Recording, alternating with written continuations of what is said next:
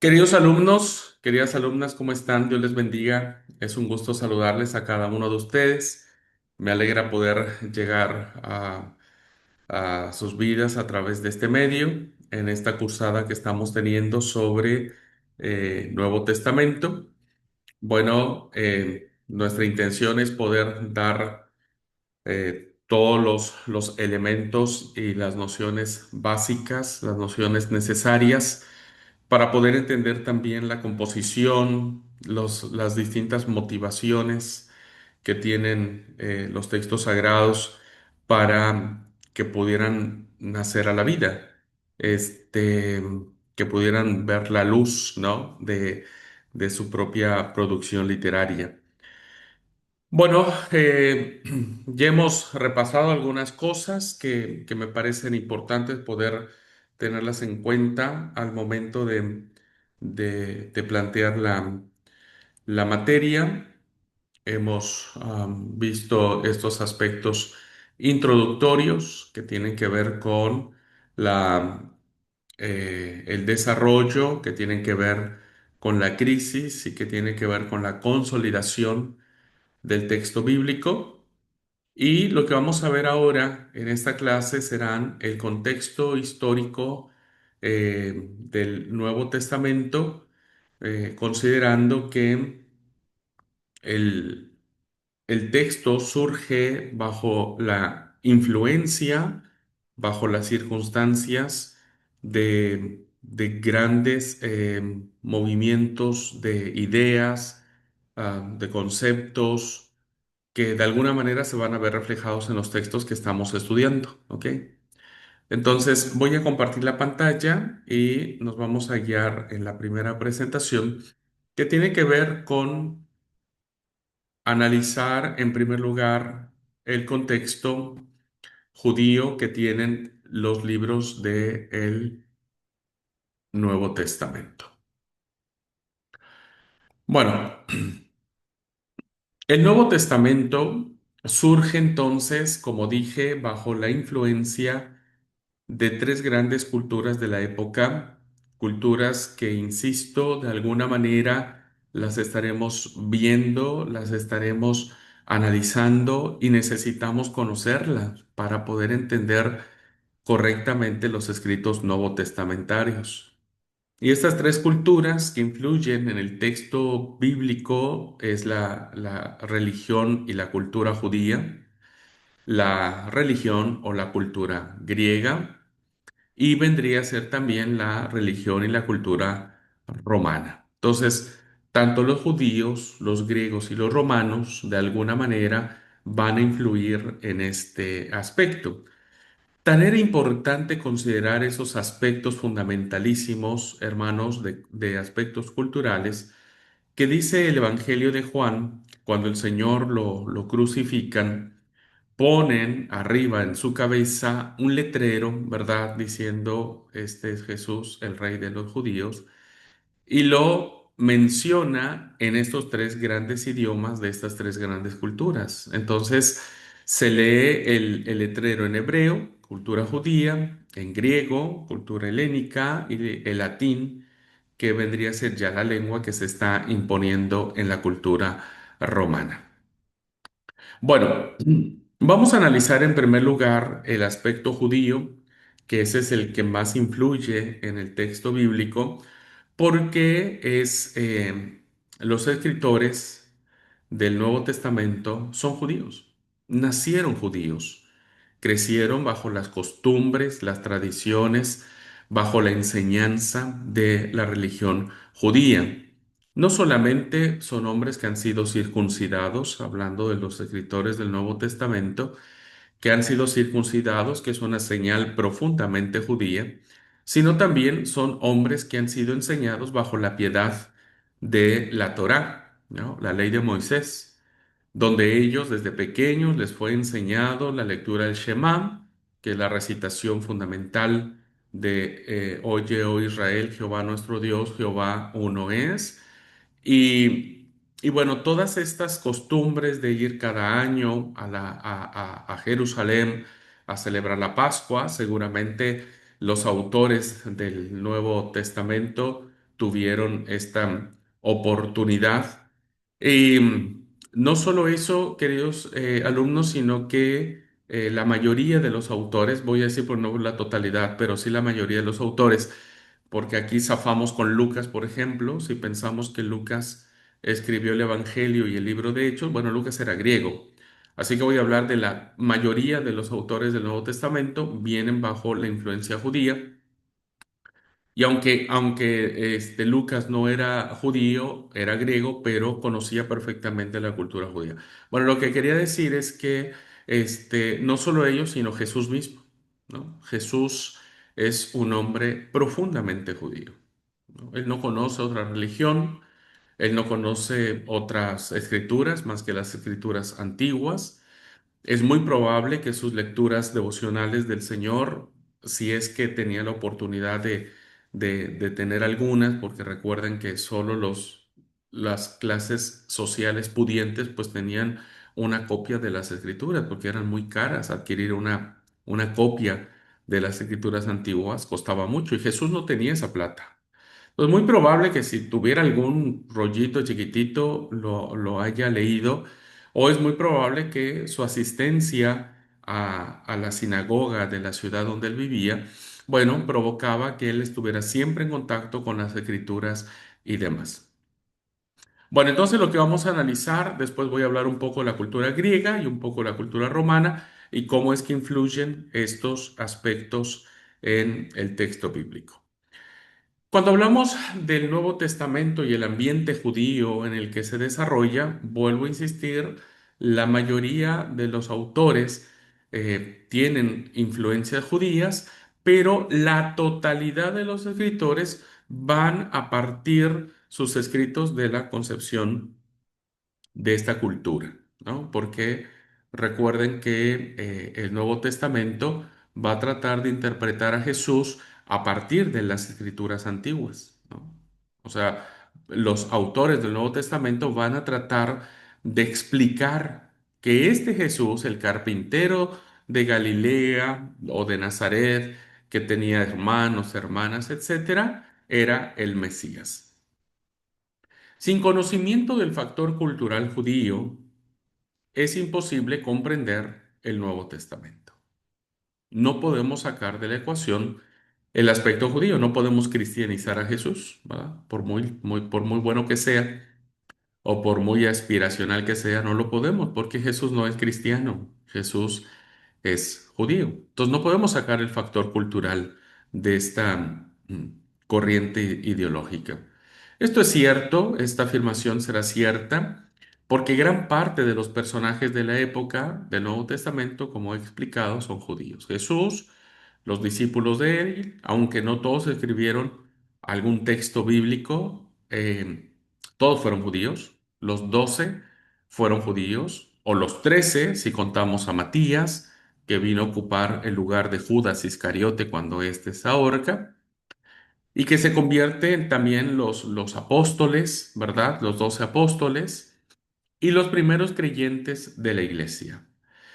Va a ser interesante saber, hermanos, que el movimiento de Jesús es un movimiento que tiene dos puntos importantes de partida.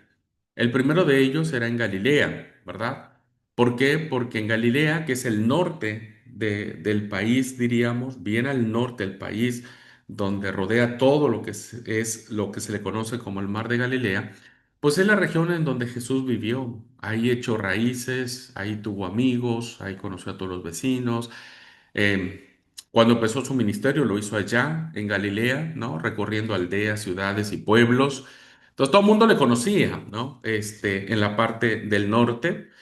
Y entonces, como un buen galileano, Jesús habla el arameo, un idioma que viene de la época de la restauración, ¿no es cierto? Que es el idioma que adopta el pueblo judío y es diríamos, una variante del idioma hebreo. Entonces Jesús va a hablar este idioma, no hablar español, inglés, ni francés, ni alemán, sino su lengua materna, la que aprendió él desde pequeño, fue el arameo. Como dije, el primer centro neurálgico importante del ministerio de Jesús era el norte, Galilea, pero también vendrá a Jerusalén. Porque en Jerusalén serán los acontecimientos últimos de un ministerio que lo llevará a la crucifixión. Allí se dará el evento pascual, ¿verdad? Y ustedes saben que como evento pascual tenemos que considerar lo que es la cena del Señor, diríamos, o la última cena, como se le ha denominado. Tendríamos el arresto, tendríamos el juicio, tendríamos la crucifixión, tendríamos la muerte del Señor, la sepultura del Señor en algún lugar de la ciudad de Jerusalén o afueras de la ciudad de Jerusalén. Y algo muy interesante donde se va a fundar la fe cristiana será la resurrección. Así que este evento pascual pues marcará la ciudad de Jerusalén también como, aparte de que ya Jerusalén traía una impronta muy interesante, bueno, se convertirá también en un centro importante de producción teológica que va a nacer o que va a surgir el texto sagrado.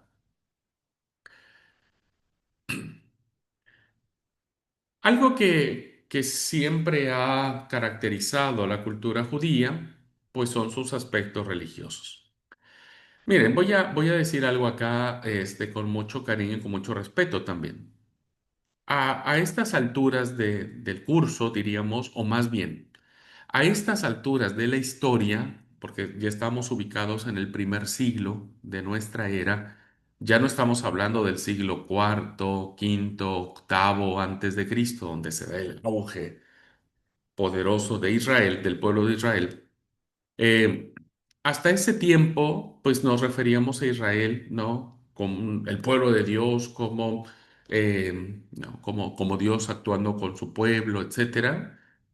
Y a estas alturas nos estamos refiriendo a Israel ya de una manera más impersonal, ¿no? Ya estamos viéndolo como un pueblo más, donde nace Jesús, y evidentemente este tono que uno ocupa para referirse a Israel en el primer siglo es porque evidentemente hay un desapego de parte del cristianismo sobre el judaísmo, ¿no? Entonces, el judaísmo pierde esa impronta que veníamos trayendo del Antiguo Testamento, pierde esa importancia, esa grandeza que veníamos trayendo, y ahora en el primer siglo ubicamos a un pueblo que,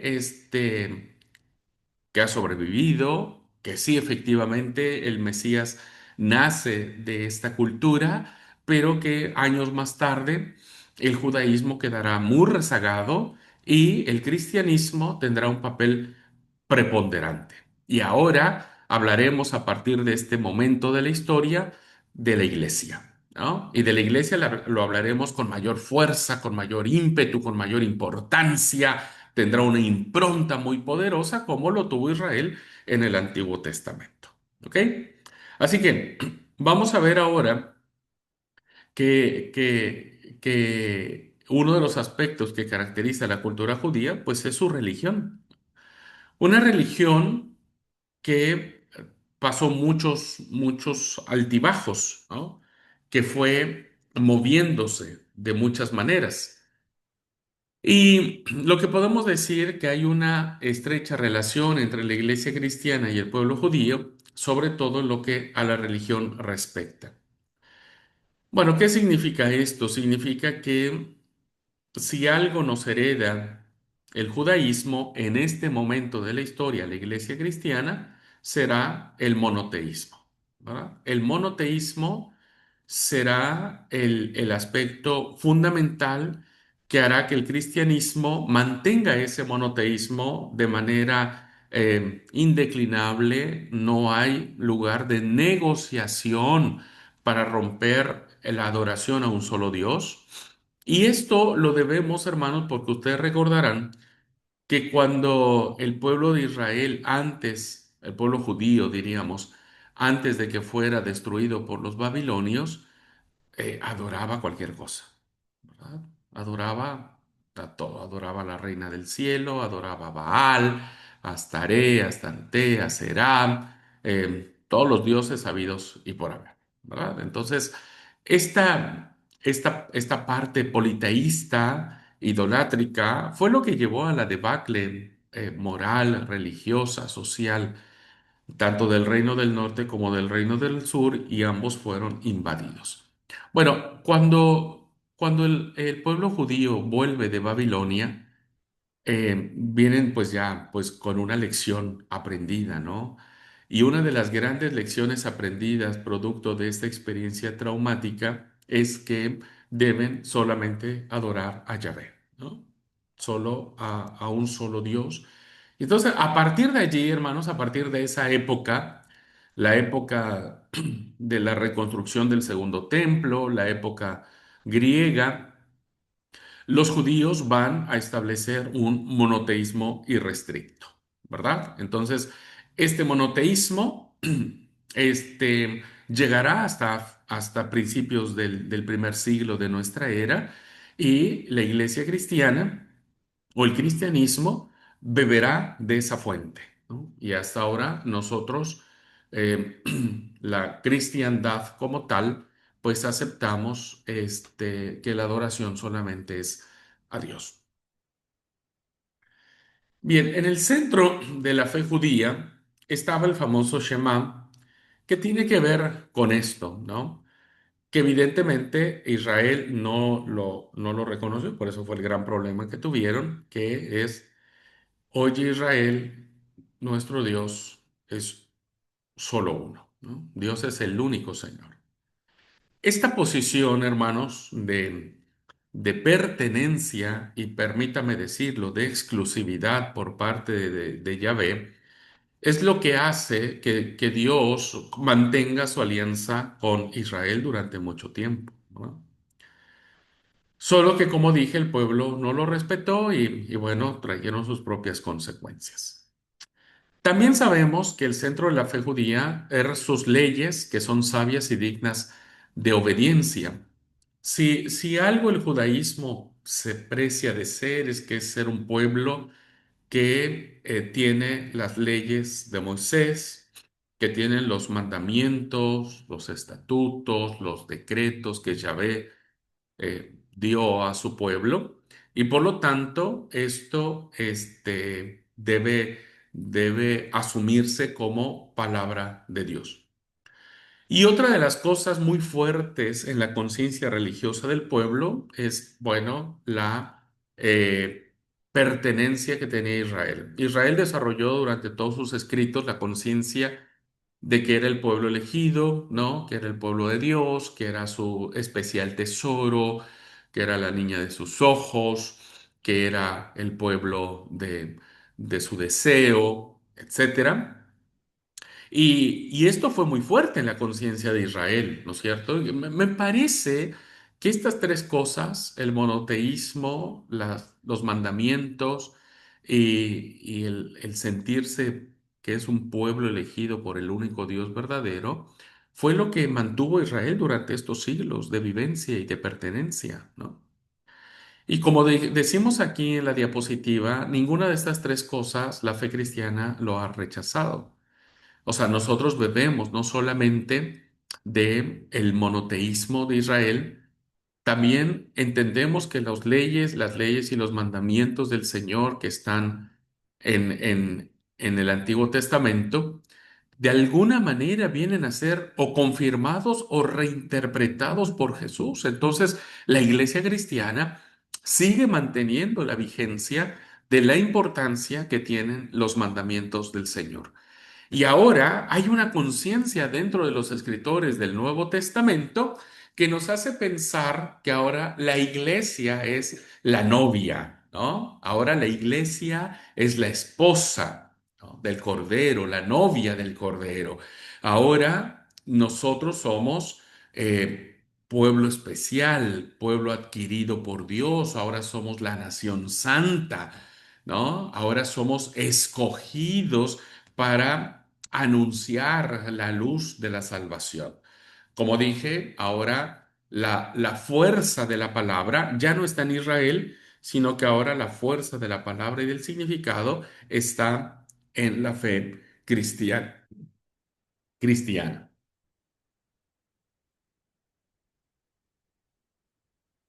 Otra cosa que tenemos que considerar,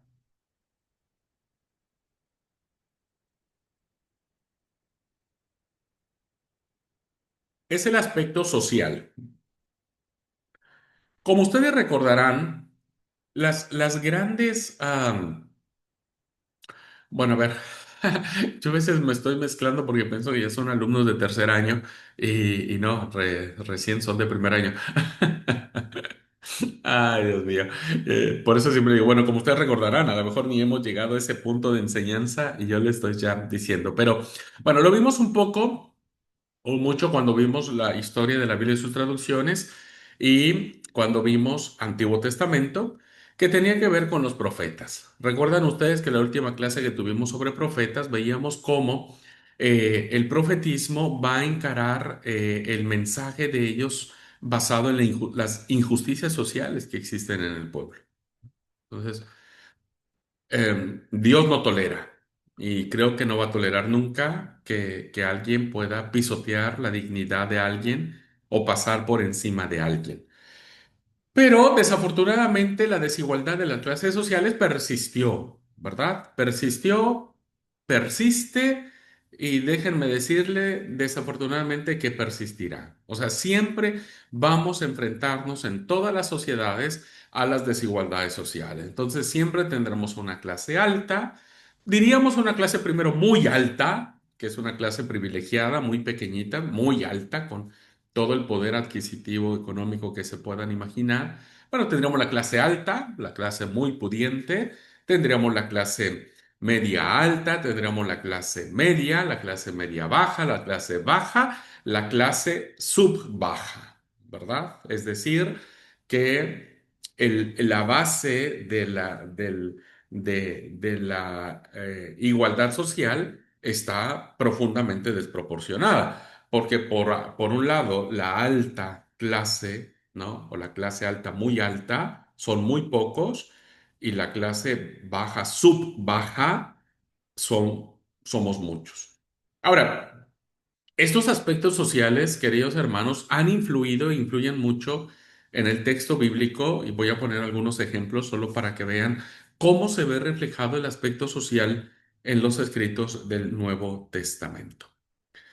En la sociedad israelita, en la época de Jesús, como dije, las cosas no cambiaron, siguieron estando, se profundizaron más, agudizaron más, y había por lo menos tres clases sociales, la clase alta, la media y la clase pobre, que como dije, en toda cultura, incluida la de Israel, pues es la más grande. ¿Quiénes eran la clase alta? Bueno, en la clase alta, los que tenían el poder, no solamente económico, sino político, social y religioso, la componían las familias de los jefes políticos, la familia de los jefes sacerdotales, estos dos aspectos recuerden que eran fundamentalísimos, ¿verdad? Todo lo que era el Sanedrín, la cuestión judicial, todo lo que era el funcionamiento del templo, la función sacerdotal, todo lo que tenía que ver con la aplicación de aquellas leyes que Roma le permitía a los judíos realizar, era la clase política. Entonces, todos estos que tenían esta posición, ¿no es cierto? Pues era la clase alta. Pero no solamente ellos, sino también los comerciantes que hacían grandes negocios. Recuerden que los judíos se han caracterizado por tener mucha plata hasta la fecha. El sionismo es una rama del judaísmo, una especie de grupo, diríamos, del judaísmo, que son los más ricos del planeta, ¿no? Y son los judíos. Entonces ya en aquel tiempo también había esos comerciantes que hacían trueque porque se especializan en comercializar los judíos y los terratenientes o los señores feudales, que la gran mayoría de ellos habían adquirido sus tierras por cuestiones fraudulentas, ¿verdad? ¿Qué pasa lo mismo hoy? Hay un montón de gente que se adjudica las chacras de la gente que es más pobre porque, qué sé yo, le prestó plata, no pudieron pagar, entraron a juicio, sobornaron al juez y terminan entregándole la tierra al más grande. A eso se le llaman los famosos terratenientes. Y una clase de recaudadores de impuestos que serían los publicanos, aunque no todos, ¿verdad? No todos eran de clase alta. Es como, qué sé yo, Arca, ¿no? Antes AFIP, aquí en Argentina, que es el ente regulador económico que todos los que tenemos algún negocio no queremos porque nos termina sacando toda nuestra plata con un montón de impuestos que hay que pagar. Bueno, los que trabajan ahí en Arca, ¿no? Todos los países tienen un ente regulador de esa manera que hay que pagarle impuestos, si no te metes en un gran problema. Bueno, los que trabajan ahí pues ganan su plata, tal vez ganan muy bien, pero los jefes de esa institución, estoy poniendo un ejemplo, ¿no? Pues ganan mucho más. Lo mismo sucedía en el tiempo de Jesús. No todos los cobradores de impuestos eran de plata, ¿no? Había como clases entre ellos también. Así que los jefes de los recaudadores de impuestos, los famosos publicanos, pues constituían la clase alta. Esta será la clase, hermanos, en la que el Señor Jesús debatirá demasiado, ¿no es cierto? Debatirá demasiado, condenará las riquezas habidas de mala manera. Evidentemente, se enfrentará con el poder. En la crucifixión, el Señor tendrá que enfrentar al Sanedrín, tendrá que enfrentar al sumo sacerdote Caifás, ¿no es cierto? Y lo tendrá que enfrentar, tendrá que enfrentar al procurador romano, Poncio Pilato, que era el representante de Roma. Así que Jesús va a chocar, ¿no? Con esta clase alta, pero ojo, Jesús va a chocar con esta clase alta, pero no porque sean ricos en sí mismo, sino porque todos ellos, ¿no es cierto? No quieren cambiar sus formas de vida. O sea, Jesús viene a proponer un cambio de vida, un cambio de dejar de hacer.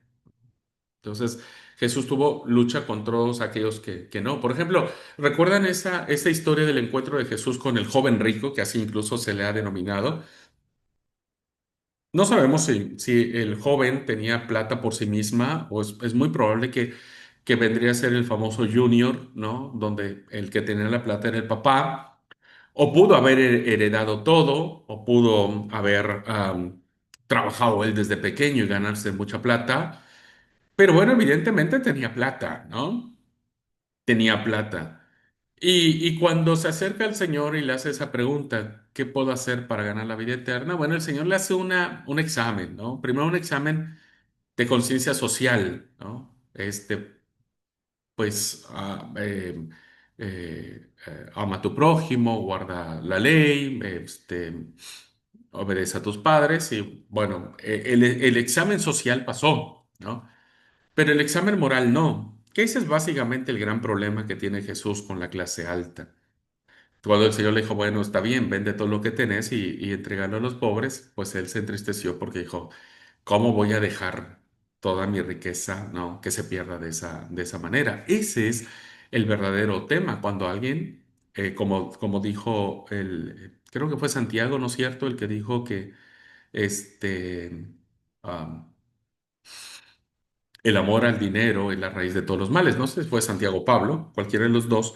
Pues evidentemente el problema está en amar las riquezas, y demás. Bueno, habrá este conflicto. O sea, Jesús, hermanos, tendrá muchos amigos con plata, ¿eh? O sea, Jesús tendrá amigos y amigas, muchas mujeres con plata, que dispondrán de sus bienes para, pues, transmitir. Imagínense, Jesús tenía que ir a cada pueblo, viajar, había que tener dinero para el viaje, comprar comida, y era un presupuesto, ¿no es cierto? No crean que Jesús en cada pueblo hacía milagros y agarraba una piedra y la convertía en pan. Obvio que no. Entonces, Jesús tuvo mucho contacto con la clase alta. La clase media, ¿no? Tiene que ver con la clase laburante, típico, ¿no? La clase que labura, hablando de los pequeños comerciantes, pequeños y medianos comerciantes, ¿no? Los que tienen el kiosquito, la fabriquita, los que tienen una maderera, los que tienen, no sé, un negocio de ropa, bueno, entrarían dentro de esta clase, es decir, una clase que se siente agobiada por las presiones presupuestales de cobro de impuestos que se le aplican, pero por otro lado, pues más o menos la lleva, ¿no? Más o menos. Entrarían los artesanos, solo los artesanos de clase alta, porque incluso hasta Diríamos que un artesano, por ejemplo, es un albañil o alguien que se dedica a la construcción. No gana lo mismo un arquitecto, ¿no? O un ingeniero civil que se dedican a eso, que el maestro mayor de obras o que o que el ayudante del maestro, ¿no? Pues ganan menos. Entonces, en esta clase, bueno, encontramos a estos artesanos, eh, porque aquí no está Jesús. Jesús va a ser un artesano, pero un artesano de baja categoría. ¿Estarán los sacerdotes, no, como digo, en todo hay clases, y entonces había los sumos sacerdotes, los que se movían en la curia, ¿verdad? Y había sacerdotes de a pie, ¿no? Sacerdotes de, de, del pueblo, del pelotón, diríamos. Y estarían aquí los rabís, ¿no? Los rabís que serían los maestros de la ley, aquellos que por su erudición, por su enseñanza, por su sabiduría, ¿no es cierto? Van a compartir conocimientos y la gente les pagaba, ¿no? Algunos fijaban su pago, bueno, cobro tanto, y otros decían, bueno, la caridad de las personas pudiesen tener, pero eran muy respetables los rabís, ¿no? Eran muy respetables entre el pueblo. Y finalmente tenemos el grueso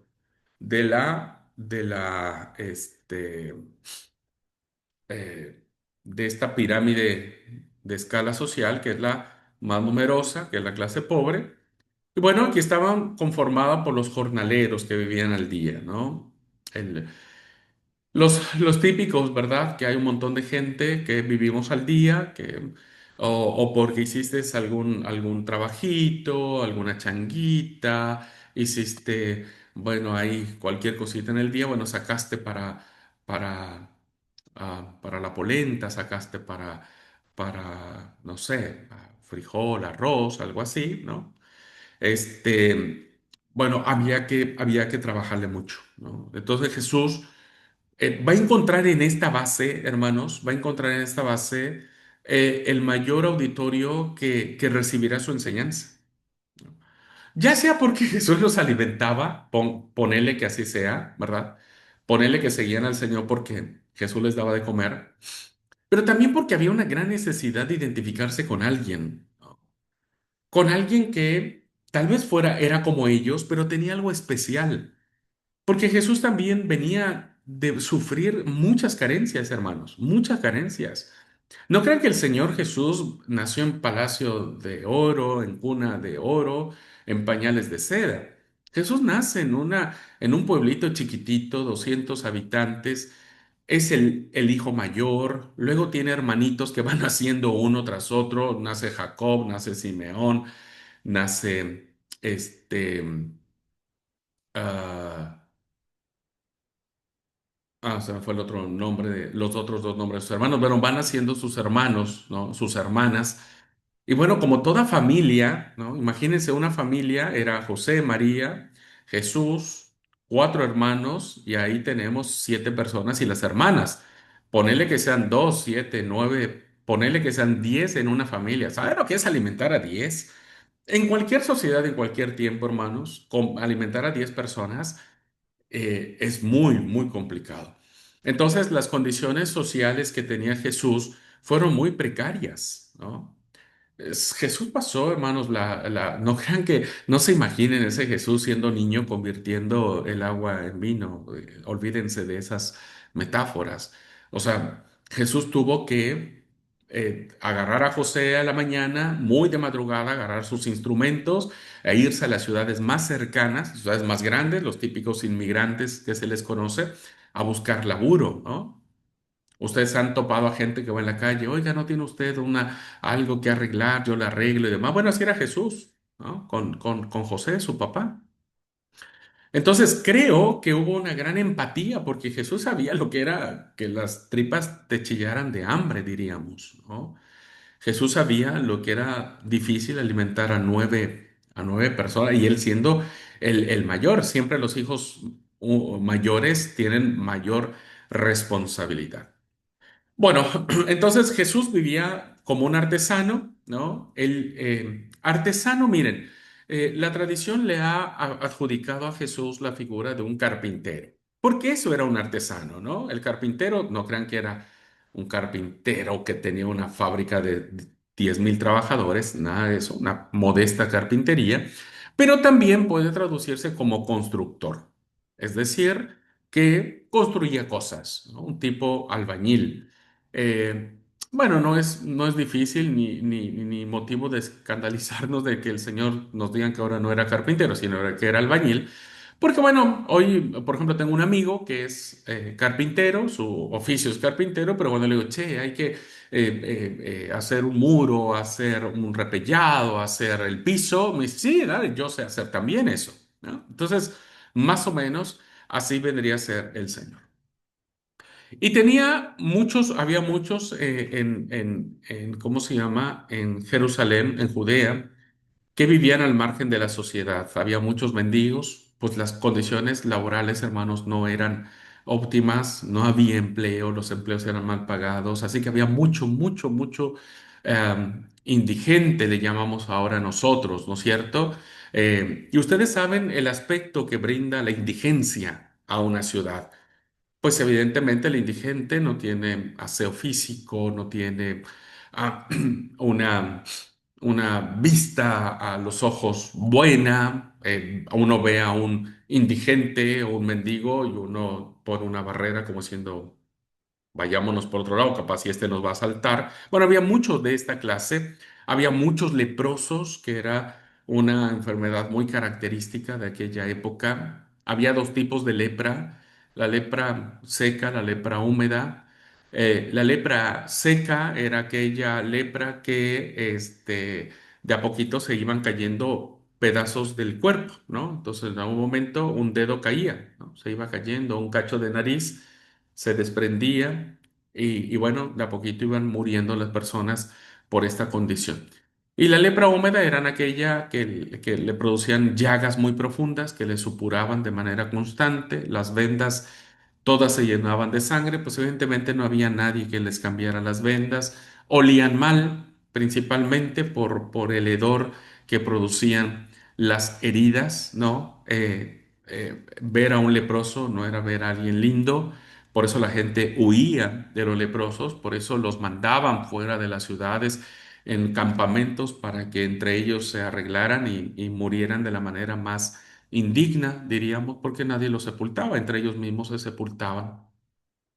Y había muchos paralíticos, ¿no? Estas enfermedades, paralíticos que podrían haber sido producto de nacimiento, mucha gente nacía con deformidades físicas que les impedía caminar, algunos, como hoy en día, ¿no? Sufren un accidente, desafortunadamente, se quiebran una costilla o la médula espinal o las vértebras o los nervios, qué sé yo, que terminan impedidos. Bueno, estos hermanos que pues nadie quiso tener lepra, nadie quiso ser leproso y nadie quiso vivir en la indigencia. Bueno, eran círculos que más seguían a Jesús, ¿verdad? Imagínense la escena, ¿no? Ver a estas personas, oler a estas personas, tocar a estas personas, pues era muy repulsivo. Hoy quiero decirles que tal vez el cristiano más piadoso que existe en el mundo, pues no haríamos eso, ¿verdad? No lo haríamos. Eh, pero estas condiciones que empujaban la misma condición económica, bueno, provocó que el Señor tuviera una base muy especial en la sociedad. Los oficios principales que había en el tiempo de Jesús, ¿verdad? Eran los siguientes. Y no crean que eran oficios muy aceptados por la mayoría de la sociedad, por la clase media, por la clase alta. Por lo regular eran oficios despreciados, ¿no? Eh, la agricultura, la ganadería, la pesca, en el lago de Galilea, los trabajos artesanales, que aquí entraría el señor, como los alfareros, zapateros, carpinteros, albañiles, los pequeños comercios, esos que abren su tiendita, ¿no? Chiquitita, y ahí entra una que otra persona a comprarles. Bueno, eran los principales oficios. También había gente que trabajaba en la limpieza del templo y un gran número de sacerdotes y levitas de poca monta, ¿verdad? Es decir, sacerdotes y levitas que tenían que trabajar ellos por su cuenta y que el templo pues, les daba una platita ahí nada más, pero ellos tendrían que ganarse la vida como se les antojara. El caso de estos sacerdotes, el papá de Juan el Bautista. El papá de Juan el Bautista era de esta clase de sacerdocio, ¿verdad? Ahí el que tenía que rebuscarse la vida. Ahora, hay, por ejemplo, ¿verdad?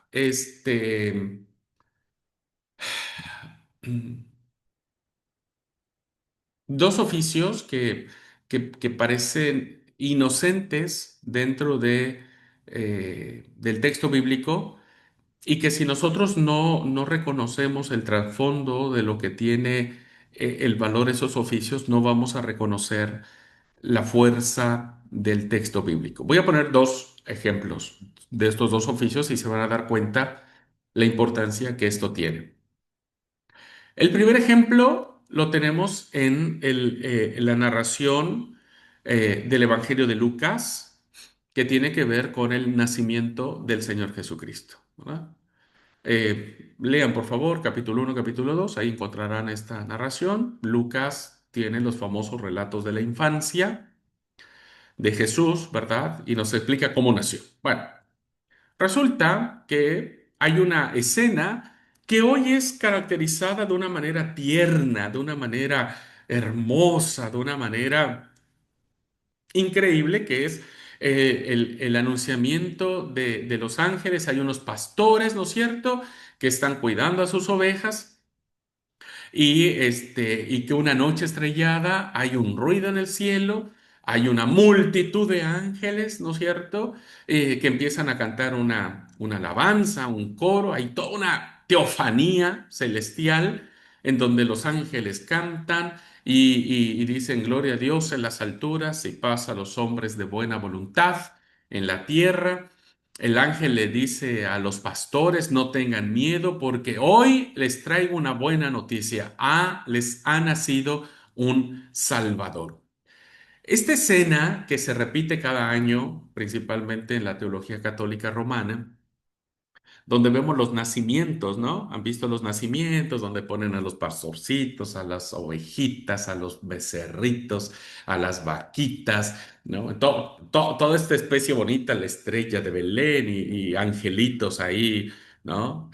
Significando la escena. Bueno, nada tiene que ver ese romanticismo que se le ha dado a esta escena con la fuerza teológica que tiene el propio relato, ¿no? No voy a explicar todo el relato porque seguramente cuando veamos el Evangelio de Lucas tal vez hablemos un poco más sobre ese relato. Lo único que quiero decir es, ¿a quién se le presentaron los ángeles para darles la noticia más importante del mundo, de todos los tiempos, de todos los siglos? ¿A quiénes? Se han preguntado, ¿por qué no se le apareció a los sacerdotes, por ejemplo, que eran los que administraban el templo, los que tenían contacto con el lugar santo y el lugar santísimo? ¿Por qué los ángeles no se le aparecieron a los carpinteros o a los rabís o a alguna persona con influencia poderosa, ¿no? A un pretor, a un procónsul, a un procurador. ¿Por qué a unos pastores? Bueno, si nosotros pensamos hoy en ese texto con las categorías que hoy tenemos, pues no le vemos nada de interesante al texto, nada de raro. ¿Por qué? Porque hoy los pastores, pues son personas muy lindas, o sea, incluso muchas de mis ovejas que tuve, hablando siendo pastor, eran pastores de ovejas. Entonces eran hermanos que amaban a sus ovejas y todos queremos a una persona que cuida ovejas, ¿no? Sobre todo si nos regala una para echarla a la parrilla. Bueno, ahí, ahí nos caen mejor los pastores de ovejas. Bueno, pero esta apreciación muy valiosa que ahora nosotros le damos a los pastores no existía en el tiempo de Jesús. Los pastores, hermanos, eran la clase trabajadora más despreciable que existía entre el pueblo judío. Los pastores olían mal, se veían mal, se consideraban como ladrones, como chorros, diríamos. ¿Por qué? Porque a veces permitían que sus ovejas se metieran por eso en la noche, ¿viste? Los pastores sacaban sus ovejas a la noche porque permitían que sus ovejas se metieran en los terrenos de sus vecinos y se comieran todo lo verde. Entonces nadie quería a los pastores. Eran odiados, eran despreciados. Veían a un pastor y decían, Hagámonos a un lado y no nos metamos con esta persona", ¿no es cierto? Y, y, y entonces ahora cobra mayor sentido. ¿Por qué? ¿Por qué el ángel en esta teofanía, este relato que pinta Lucas, se dirige a los ángeles, a los pastores? Pues porque en el anuncio está la importancia de esto. ¿Qué le dijo el ángel a los pastores? Vengo con una gran noticia, ¿no? Que les dará mucho gozo, mucha alegría y demás. Hoy les ha nacido un Salvador, es decir, el Salvador, Jesús, viene a los pobres, a los despreciados, a los no comprendidos, a los parias, aquellos que no tienen un valor ante la sociedad. El Evangelio de Jesús es un evangelio que se abre de manera tierna y poderosa y se manifiesta al que menos lo merecería, ¿no? Vean entonces, considerando entonces la importancia o el valor que tenían los pastores de oveja, ahora el texto cobra un sentido profundo, un sentido teológico que apunta a un mensaje de Jesús renovador, integrador, universalista. ¿Ok? Bueno, el otro ejemplo es un pasaje que aparece en Hechos de los Apóstoles, pero que tiene que ver con la vida de Pedro, que estamos hablando del primer siglo. Este, cuando el ángel le dice a Pedro, ¿no es cierto?, que baje y que se hospede en la casa de un hombre llamado Simón el Curtidor. Bueno, Simón el Curtidor, pues no es otra cosa más que un hombre que trabaja con pieles de oveja, un talabartero o talabartarero, ¿cómo sería? La talabartería. Bueno, eso. El que hace ese oficio, talabartero, espero decir bien la palabra, bueno, son aquellos, ¿no?, que trabajan con pieles y demás, con tintura. Bueno, quienes trabajan en una talabartería saben que es un trabajo muy sucio. Hay que trabajar con pinturas que te dejan sucio y sobre todo el olor que desprende el teñir las pieles de ovejas, ¿no es cierto? Es terrible. Bueno, Jesús le dice ahí a Pedro, ¿no?, que se hospede y ahí Pedro va a tener la visión del lienzo que baja del cielo con todos los animales inmundos, cuadrúpedos, reptiles, etcétera, etcétera. Y entonces le dice, el ángel mata y come. Pedro le dijo no. Y después de que Pedro interpreta la visión, pues entonces él dice, me doy cuenta que Dios no hace acepción de personas. Esta teofanía, como dije, este relato teofánico también se da en la casa de una persona que es a los ojos del pueblo despreciable, ¿no? Que no tendría valor, que no tendría razón de ser y que será allí este aspecto. Bueno, estos ejemplos bastan para decirnos a nosotros que los oficios que hacían esta clasificación de clases sociales van a estar muy presentes en el texto sagrado. Se dice que la población de Palestina en la época de Jesús pudo haber sido aproximadamente de 1 millón de personas. Imagínense, eran muchísimas las personas y evidentemente las condiciones pues no siempre favorecían a los más. Los judíos entonces, vamos a mirar que en el aspecto religioso no creen que eran un pueblo compacto, ¿no? Recuerden que después de la restauración el judaísmo toma distintas caras, distintos movimientos. No es un grupo religioso unido, tampoco político. Y cuando hablamos de político y religioso, porque decimos que en la práctica estas dos cosas se condensaban, pero estaban muy relacionados. Y entonces lo que vamos a ver ahora, hermanos, cómo estos grupos, sus teologías, van a influir determinantemente en los pasajes, en las interpretaciones que tiene que hacer Jesús de muchas de las cosas, ¿verdad? Y hablaríamos de los fariseos, los saduceos, los herodianos y los maestros de la ley. ¿Ok? Bueno, vamos a ver quiénes eran ellos. Estos grupos, hermanos, queridos alumnos, es importante que ustedes los identifiquen, que sepan qué pensaban, quiénes eran, para que puedan entender la postura de Jesús, válgase la expresión, la pelea que Jesús va a tener contra estos grupos. O estos grupos con Jesús, ponele, ¿no? Vamos a cambiarle al revés. Estos grupos la traían con Jesús. Y de hecho, muchas de las veces en que estos grupos quisieron perseguir a Jesús para matarlo, ¿verdad? Porque lo perseguían de manera constante, pues era porque estaba en contra de lo que estos grupos predicaban o creían. Entonces, si nosotros no sabemos quiénes eran los fariseos, los herodianos, los saduceos, los maestros de la ley, ¿no? Los qumranitas o los este, esenios, los esenios, entonces vamos a desaprovechar mucho de la literatura novotestamentaria. Vamos a ver quiénes eran. Voy a hacer un repaso general de quiénes eran estos grupos. ¿Quiénes eran los fariseos? El grupo más importante. El fariseísmo, hermanos, deriva de un movimiento llamado Hasim, que significa los piadosos. Parece ser que los fariseos a los que Jesús va a encarar son este grupo que nace en la revuelta de los macabeos, ¿verdad? Entonces, un grupo piadoso que va a luchar por la pureza religiosa y por el etnocentrismo, ¿verdad? Es decir, es un grupo que va a pelear porque todo mundo crea que nadie olvide que el judaísmo es solo, punto. ¿Ah? Es un etnocentrismo, es decir, su nación.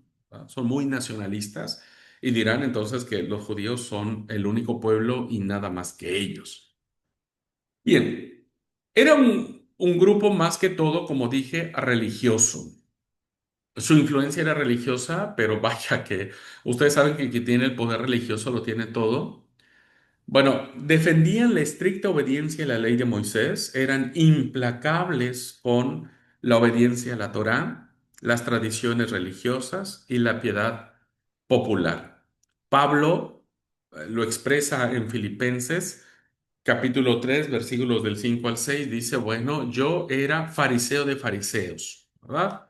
Era el mejor de mi clase, todos se admiraban de mi inteligencia, era yo defensor de las tradiciones de mis padres, era un fanático religioso, ¿no? En pocas palabras. El fariseísmo en algún momento llegó a estos rasgos de fanatismo religioso, olvidando por sobre todas las cosas que lo que dijo el profeta Miqueas, sacrificios no quiero, no quiero ofrendas, solamente quiero tres cosas, ¿no? Humildad, obediencia y adoración, tres cosas. Bueno, pero los fariseos eran este grupo muy, muy fanatizado de la ley de Moisés. Representaban el grupo con más autoridad entre el pueblo, eran muy, muy reconocidos, tenían mucha autoridad, eran influyentes y participaban de las direcciones políticas. No siempre había fariseos inmiscuidos, no solo en las cuestiones del templo, sino también del Sanedrín. ¿No?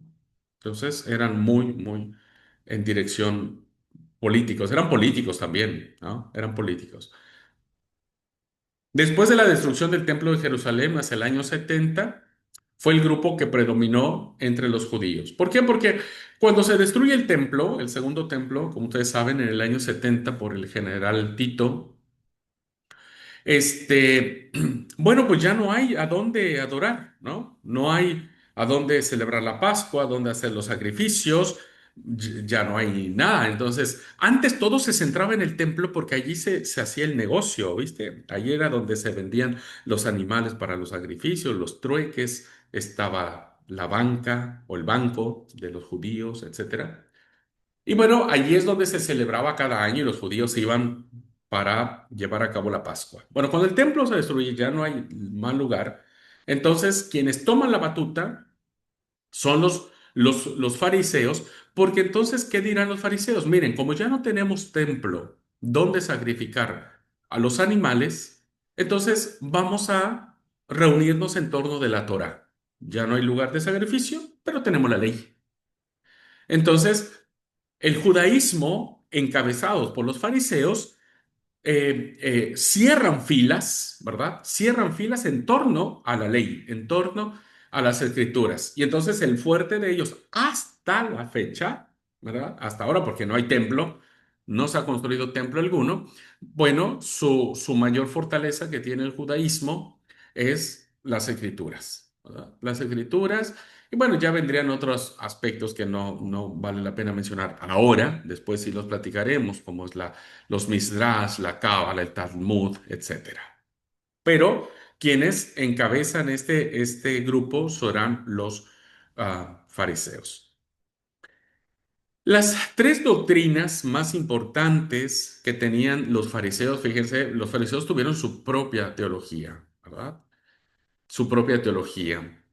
Lo primero es que ellos creían en la vida eterna, ¿no? Una vida más allá de la muerte. No sabían cómo, no estaba desarrollado todavía el concepto, aunque sí ya venía muy propio de la época griega sobre la resurrección de los muertos, pero ellos proclamaban sobre la resurrección de los muertos, es decir, va a haber una resurrección para tener una vida eterna. También ellos defendían mucho lo que es el libre albedrío, ¿verdad? Y decir, bueno, cada uno tiene la decisión de tomar, muy propio del Deuteronomio, ¿no? Deuteronomio 28, dice el Deuteronomio 28, si escogieres hoy servir a Jehová tu Dios y guardar esos mandamientos y pusieres por obra sus estatutos, sus mandamientos que te prescribo hoy, entonces todas estas bendiciones te llegarán y te alcanzarán. ¿No? Bendito serás en tu entrar y tu salir, bendito será, un montón de bendiciones. Y después viene Deuteronomio 28, dice, pero si vos no quisieses seguir a Jehová tu Dios y no guardar esos mandamientos y sus estatutos y sus mandamientos, entonces maldito serás en tu entrar y tu salir, maldito será el fruto de tu vientre, maldito será la canasta de tus panes, la harina de amasar, etcétera, etcétera. Entonces, siempre hay esta libertad de decidir entre el bien y el mal. No hay como puntos medios para el fariseísmo. Y la providencia de Dios, ¿no? De que solo Yahvé es el Señor, ¿no? El capaz de proveer todas las cosas, por lo tanto, Dios es uno, ¿no? Nadie puede igualarse a Dios, nadie. Y este va a ser un gran problema. ¿Por qué? Porque Jesús va a decir que es Dios y los fariseos le chocará, pero increíblemente. Los fariseos dirán, estás mal, nadie puede ser Dios, porque solamente Dios puede perdonar los pecados. Y Jesús dijo en una narración, recuerdan la historia del paralítico, que los amigos lo llevan, y Jesús dijo, bueno, ok, bueno.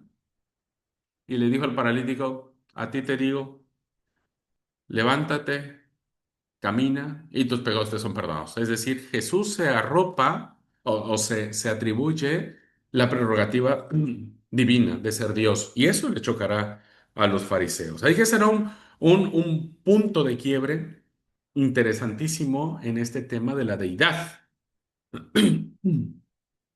Los fariseos no les cabrá por la cabeza que un hombre de la clase baja, ¿verdad? De la clase baja, un carpintero, constructor, como ustedes quieran, diga que es el Mesías. Para, no puede ser. Es como yo siempre lo he equiparado. Nosotros acá tenemos lo que se le llaman los tareferos, aquellos hombres, ¿verdad?, que van a las chacras a cortar la hierba aquí en Misiones para tener la infusión que tomamos acá, ¿no? Entonces, un tarefero es cualquier cosa, ¿no? Eh, lo digo con mucho respeto, por favor, que no me malinterpreten, pero un tarefero en la escala social, pues es lo más bajo, ¿no es cierto? Imagínense que es como si alguien me viniera a mí y decir, mira, el tarefero que va allí, todo sucio, todo, viste, que nunca fue a la escuela, que es de la clase más baja, de la más baja, me dice, él es el Mesías, él es el Hijo de Dios. Pues no, ¿verdad? Pues no. Nadie lo aceptaría, ¿no? Bueno, eso le pasó a los fariseos y de ahí su enorme lucha contra Jesús. Va a ser un grupo muy, muy importante y que incluso Pablo, que es el autor de 13 cartas del Nuevo Testamento, vendrá de estas tradiciones farisaicas, ¿eh? Y va a ser muy importante el cambio de cosmovisión que tenga Pablo como ex fariseo y ahora como un eh, apóstol de los gentiles. Bueno, otro grupo que es muy importante, este es el grupo de La Plata, este es el grupo político, es el grupo políticamente correcto, ¿no? Es el típico político de corbata y de saco y de un maletín en la mano, pero vos no sabes qué puñal trae escondido, ¿no? Bueno, esos eran los saduceos, ¿no? Los saduceos en su mayoría venían de familias aristocráticas, sacerdotales. Es decir, eran la crema innata, decimos, los VIP de, del entorno sacerdotal. Ellos, pues evidentemente, como dije, nacieron en cuna de oro, crecieron en las mejores escuelas, fueron instruidos, tenían mucha plata, ¿no? Son los que tienen títulos, los que tienen abolengo, ¿no? Los que tienen historias de venir de familias muy poderosas. Bueno, este era el grupo de los saduceos. Ojo con los saduceos. Este grupo, por lo regular, se asociaba con los sacerdotes y principalmente con el Sanedrín. El Sanedrín, hermanos, que ustedes van a leer cuando se enfrenten a los evangelios, el Sanedrín es un tipo de tribunal judicial, ¿no? Es un tipo de tribunal en donde las cosas que Roma le permite a los judíos que ellos puedan aplicar su ley, bueno, ellos se van a encargar. El Sanedrín entonces estará compuesto por hombres que tendrán como que la oportunidad de debatir, debatían mucho, acaloradamente, defendían sus puntos de vista. Entre fariseos y saduceos no se querían, ¿no? Por sus ideologías religiosas o sus posiciones doctrinales. Y entonces allí es donde se dictaban las sentencias, ¿no? Si es culpable, si no es culpable. Por lo regular, el Sanedrín estaba muy corrompido, ¿no? Era básicamente un lugar donde habría que tener mucho cuidado, porque bueno, hay que tener mucho tiento para poder comprender lo que sucedía allí, ¿no? La política. Bueno, los que sabemos un poco de política sabemos que no todo el que te sonríe es tu amigo. Bien.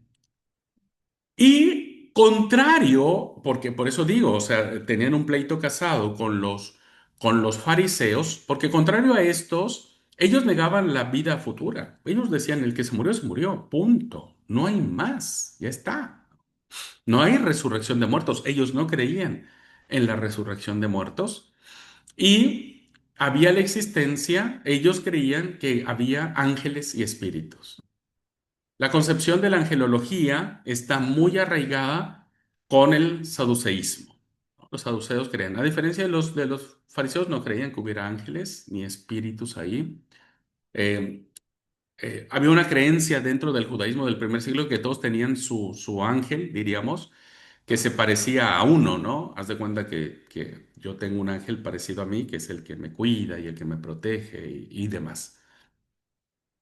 Eh, Bueno, hay una narración muy chistosa, diríamos, o muy cómica, en el buen sentido de la palabra, que está ahí en Hechos 23 del 6 al 8. Bueno, resulta que Pablo había sido apresado, Pablo, los judíos lo quieren encarcelar, lo quieren matar, lo quieren desaparecer, ¿no es cierto? Entonces los llevan ante los tribunales romanos y entonces el procónsul manda a traer a las partes y bueno, vienen todos los judíos, ¿no? Y todos están en contra de lo que Pablo está predicando. Y bueno, resulta, ¿verdad? Que dice esta historia, que bueno, se armó ahí el San Quintín, ¿no? En la audiencia, diríamos, se armó el revuelo. Entonces, bueno, todo se puso muy tenso y demás. Pero Pablo, que era muy inteligente y muy sabio, dice el texto. que la audiencia que había ido para acusarle, una parte era saducea y otra parte era farisea, ¿no? Estaban como los dos bandos. Entonces, como dicen los romanos, ¿no? Los romanos siempre dijeron, divide y vencerás. Esa fue la máxima de los romanos, por eso siempre vencieron, siempre vencieron por esta máxima, divide y vencerás. Bueno, Pablo aplica esta máxima y dice el texto que Pablo, notando que una parte era saduceos y la otra fariseos, se levanta en toda la reunión y dice, a ver, escúchenme, voy a decir algo, ¿no? Con toda la maña del mundo, con todo, diríamos, el colmillo retorcido que tenía Pablo, se levanta y dice, varones hermanos, yo soy fariseo. Bueno, ahí ya se ganó un punto con el fariseísmo, no con el saduceísmo.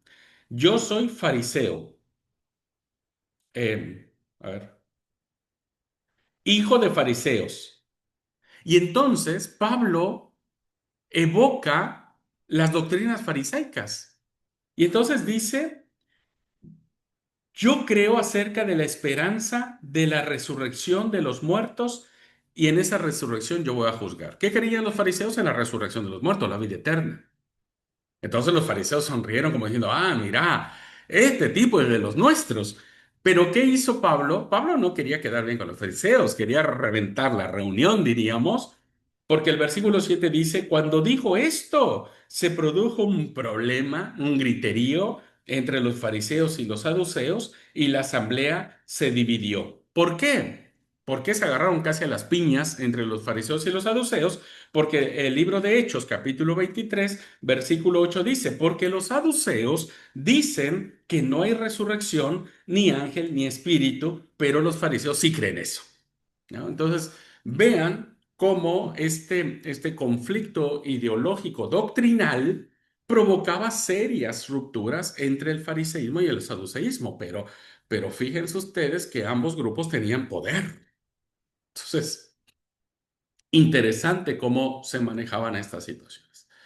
Bueno, los saduceos, a diferencia de los fariseos, desaparecieron con la caída del templo de Jerusalén, porque el Sanedrín estaba muy ligado al templo. El templo era el símbolo del poder, el poder ejecutivo, legislativo y judicial. Ahí se albergaban los tres poderes, ¿verdad? Entonces, cuando Jerusalén cae y cuando es destruido el templo, pues este grupo no supo organizarse, se dispersó y finalmente el movimiento saduceo terminó, ¿verdad? Terminó y no prolongó mucho. El fariseísmo tampoco creen que perduró tanto tiempo, después duró, no sé, si a la mitad del siglo segundo el fariseísmo ya iba en decadencia. Bien, el tercer grupo son los herodianos. No sabemos mucho de la doctrina de los herodianos, pero según Mateo, esto lo encontramos en el Evangelio de Mateo, capítulo 22, versículo 16, dice que existía este grupo, ¿no?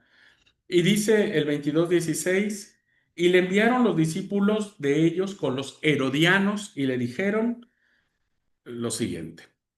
Y al parecer, este grupo era seguidor de Herodes. Herodes ya había muerto, pero recuerden que vinieron los hijos y varios de sus hijos se llamaban también Herodes.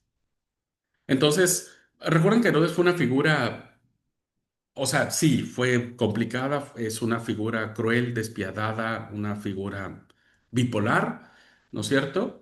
Pero fue un hombre que construía cosas, un hombre avanzado a su época, construyó la fortaleza en Masada, en Cesarea hizo cosas increíbles en el puerto marítimo, en fin, ¿no? Hizo grandes cosas. Entonces, es lo único que sabemos de los herodianos, que es muy probable que hayan sido este grupo más apegados a las ideas de Herodes. Recuerden que Herodes fue rey de Jerusalén o de Judea. Entonces, probable que quedó allí un remanente de personas que seguían a este personaje y después a sus hijos. Bien, un cuarto grupo es un grupo llamado los esenios. ¿Quiénes eran este grupo? Este grupo es de la periferia, ¿verdad? Se le conoce como los grupos de la periferia. Tanto los saduceos como los fariseos eran grupos del centro, o sea, se movían donde estaba la acción, ¿no? Los esenios no, los esenios salen del centro y se van a los lugares alejados del desierto, las cuevas, etcétera, una vida más ermitaña porque ellos creían que tenían una misión muy importante. Entonces dijeron, ¿sabe qué? Nosotros no somos fariseos porque los fariseos son terribles, no somos saduceos porque no tenemos plata, así que somos un grupo especial, somos un grupo elegido, somos el grupo perfecto, somos el grupo que va a cumplir correctamente con las tradiciones judías. Este grupo, amigos, se caracterizaba por tener una vida comunitaria y muy organizada, es decir, arman comunidades, forman grupos, grupos donde ellos se reúnen y dicen, che, mira, yo pienso esto, de que tendríamos que hacer así y así. Y dijo, che, yo también pienso lo mismo. Y bueno, vamos juntándonos y armaban comunidades en donde se repartían las distintas, porque ellos dejaban su casa, su familia y todo y se iban a los lugares alejadísimos, ¿no? Entonces se organizaban en cuanto a su convivencia, a su pervivencia, cómo alimentarse, cómo sostenerse y demás. Los bienes eran de todos. O sea, si alguien tenía algo, no le pertenecía a él, le pertenecía a toda la comunidad. Y dentro de sus reglas, de sus normas para pertenecer a la comunidad escénica era el celibato, es decir, no podían tener relaciones sexuales. eh, y tenían que autocastrarse, diríamos, ¿no? Entonces, tenían que someter sus impulsos sexuales, principalmente los hombres, o la mayoría que eran hombres, eh, sus impulsos sexuales para no llegar a tener un acceso carnal. La rectitud moral, es decir, eran derechos, la honestidad y la verdad eran sus principios fundamentales. La modestia, no vestían de manera ostentosa, no calzaban las mejores sandalias ni tenían túnicas de seda. Sus vestidos eran blancos, que significaba la pureza, significaba la luz, porque ellos se van a considerar como hijos de la luz. Las comidas eran comunitarias porque ellos creían, como el Antiguo Testamento, la comida es un signo fundamentalísimo de la teología del Antiguo Testamento. Por eso hay mucha comida en la mayoría de los relatos del texto bíblico. La cena del Señor es una comida, ¿verdad? Es una comida. Y es ahí donde se instaura la nueva alianza. Las abluciones o ritos de purificación con el agua, ellos antes de comer habían construido una tipo pileta, estanque, donde ellos tenían que sí o sí pasar por el agua, bañarse, sumergirse, purificarse, y entonces sí, después entrar a la comunión en la comida, ¿no? Y algo que tenían es que se separaron del resto de los judíos, como dije, se fueron a vivir a otro lado. Este grupo esenio, hermano, fue muy importante porque creían en las doctrinas hebreas, principalmente en la ley y la Torá, y en la necesidad de purificarse con persistencia. Para ellos, el sentirse limpios, la purificación era fundamentalísimo en su concepción teológica. Pero arraigaron o bebieron algunas doctrinas paganas, ¿no? Se dejaron influenciar por las doctrinas paganas como el determinismo universal, todo está determinado, ya no hay que hacer nada, ¿no? Ni te preocupes por portarte bien o portarte mal, ya está determinado tu vida, punto. No hay más que hacer. Ese se llama el determinismo universal. La adoración al sol como Dios, porque ellos van a desarrollar una teología de la lucha entre los hijos de las tinieblas, ¿verdad? Los hijos de la oscuridad y los hijos de la luz.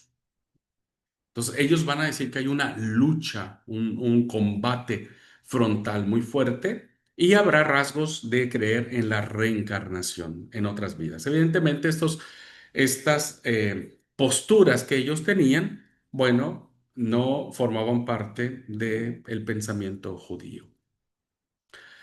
Y este grupo, como los dos anteriores, desaparecieron cuando Roma, ¿verdad? Destruye el templo en el 70 y en el 134, 135, un tal José Bar Kokhba se levanta en armas y ahí Roma termina destruyendo Jerusalén por completo. Y bueno, ellos también termina este movimiento. ¿Por qué es importante el grupo de los esenios, hermanos? Porque son lo que hoy nosotros conocemos como los qumranitas. ¿Usted ha escuchado hablar de los manuscritos de los rollos o los manuscritos del Mar Muerto en las cuevas de Qumran? Bueno, esos rollos que se encontraron del profeta Isaías, de todos los libros de la Biblia, menos de Esther, ¿verdad? No hay libros de Esther, ninguna copia del libro de Esther. De ahí en fuera hay copias de todos los libros del Antiguo Testamento. Se los debemos a los esenios, ¿verdad? Se dice que la mayoría de los especialistas coinciden y consideran que son los esenios los autores de este tema. Y finalmente, hermanos, tenemos a los celotes. Bueno, no, antes, los celotes. Los celotes es un grupo religioso subversivo, kamikaze, terrorista, ¿no? Diríamos, en términos muy coloquiales. Ellos eran fanáticos de la libertad y de una exagerada espera en los momentos culminantes de la vida y de la historia. Son los tipos que alentaron a mucha gente para rebelarse contra Roma porque ellos creían que el Mesías iba a venir, los iba a salvar, les iba a echar una manito, iba a destruir el imperio y ellos iban a gobernar con toda la gloria, ¿no? Eran los típicos que podían ponerse una bomba alrededor del cuerpo y hacerse explotar en la plaza del pueblo. Era un grupo con fines o tintes políticos porque estaban en contra del imperio que en ese momento gobernaba, que era Roma, y querían liberarse del yugo romano y la única manera son las armas. Y entonces los celotes fue un grupo muy fuerte, muy guerrillero, ¿no? Que en nombre de Dios, bueno, crearon guerras innecesarias. Lo curioso de esto es que uno de los discípulos del Señor pertenecía a ¿no? Simón el Celota era partidario de este grupo, ¿no? No voy a explicar ahora lo que pudo haber influido Simón el Celota en el grupo, pero evidentemente había estos rasgos de libertad, ¿no? De libertad a costa de la vida, haciendo guerra. Y ahora sí, finalmente tenemos a los maestros de la ley, que se les llamaban escribas, letrados o rabinos, los famosos rabí. ¿Quiénes eran este grupo que también van a estar muy presentes en el texto bíblico? Bueno, ellos enseñaban la religión y las tradiciones, explicaban las escrituras, eran tipo los maestros, ¿verdad? Los que se encargaban de decir, mira, el texto dice esto, por esto, por esto, por esto. En la mayoría eran laicos, es decir, no eran personas ordenadas, sino personas que se reconocían por su erudición, por su sabiduría, por su piedad, y por lo regular enseñaban en el templo. Los vamos a ver en Lucas 2:46 o en la sinagoga, como están en Hechos 15:21. Ejercían mucha influencia, como dije, por estas características de piedad y de sabiduría. El problema es que muchos de ellos hacían estrictas interpretaciones de la ley, o sea, no había margen. Para muchos de ellos era blanco o negro, punto, ¿no? No voy a hablar ahora mucho de las escuelas de Shammai y de Hillel, ¿no es cierto? Pero había dos escuelas en la época de Jesús que se encargaban de determinar qué decía la ley, ¿no? Eran como Harvard y Oxford, algo así, o Cambridge, algo así. Eran como las escuelas dominantes. Y la escuela de Hillel era una escuela mucho más abierta en la interpretación, era mucho más tolerante en la interpretación. La escuela de Shammai no, la escuela de Shammai es más estricta, más dura, más determinante y no hay forma de cambiar otro sentido de la interpretación. Y finalmente creían en cierta libertad humana, pero limitada por la providencia, o sea, libre albedrío, pero Dios decía, hasta aquí llegaste, después no avanzas más. Al igual que los fariseos creían en la resurrección y al igual que los saduceos creían en los ángeles, ellos eran firmes defensores de la venida del Mesías y así lo enseñaban. Y algo muy interesante que hacían los rabinos, queridos alumnos, o los maestros de la ley, era reforzar este sentido del profetismo, principalmente de Jeremías, de Ezequiel, que decían que cuando el Mesías vendría, ¿verdad? Volvería a reunir a Israel y a Judá. el reino del norte y el reino del sur, y entonces serían una sola, nación. Bueno, eso fue muy fuerte, ¿eh? Esta enseñanza fue muy fuerte, incluso está en el Nuevo Testamento. Esto, por eso Jesús elige a 12 personas. No es casualidad el número tiene un símbolo profundo. 12 representa las 12 tribus de Israel. Cuando ustedes miran que Jesús está tomando la cena, el evangelista dice que Jesús le dijo a sus discípulos, bueno, ustedes en algún momento van a juzgar a las 12 tribus de Israel. Y cuando vemos, por ejemplo, el libro de Apocalipsis, en esa visión de la Nueva Jerusalén, dice que era una ciudad que estaba cubierta de piedras preciosísimas, que tenía un muro alto con 12 puertas, ¿no? ¿Por qué 12 puertas? Porque hay esta idea de que en algún momento el pueblo como tal, Jacob y Judá, se volverían a unir. Y en las puertas dice 12 ángeles y los nombres escritos que son los de las 12 tribus de los hijos de Israel.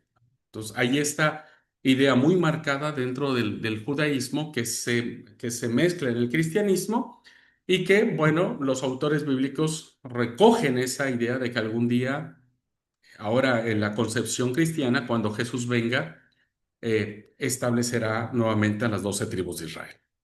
Bueno, ese ya es tema de otro momento. Bueno, pues es así entonces, queridos hermanos, como, perdón, bueno, su marcado carácter separatista los volvió presumidos, es decir, pues, se les creían todas, y junto con los fariseos se opusieron fuertemente a Jesús. Sus enseñanzas se conservaron en lo que se le conoce como la literatura rabínica, escrita después del Nuevo Testamento. Y bueno, ya eso yo lo explicaré en otro momento. Muy bien. Bueno, ahora sí, entonces, hemos visto, queridos alumnos, cómo los contextos en los que se mueven los actores que van a tomar parte en los 27 escritos está fuertemente marcado por lo que en su tiempo existía, por lo que en su tiempo ya había. No conocer esto, no entender estos aspectos y muchos más, ¿no? Solo he visto, creo, los más importantes que nos permitiría acercarnos a la interpretación del Nuevo Testamento, pero desconocerlos nos llevaría a una errónea concepción o, como dije, a no valorar fuertemente las historias que ahí se condensan. Puse el ejemplo de los pastores.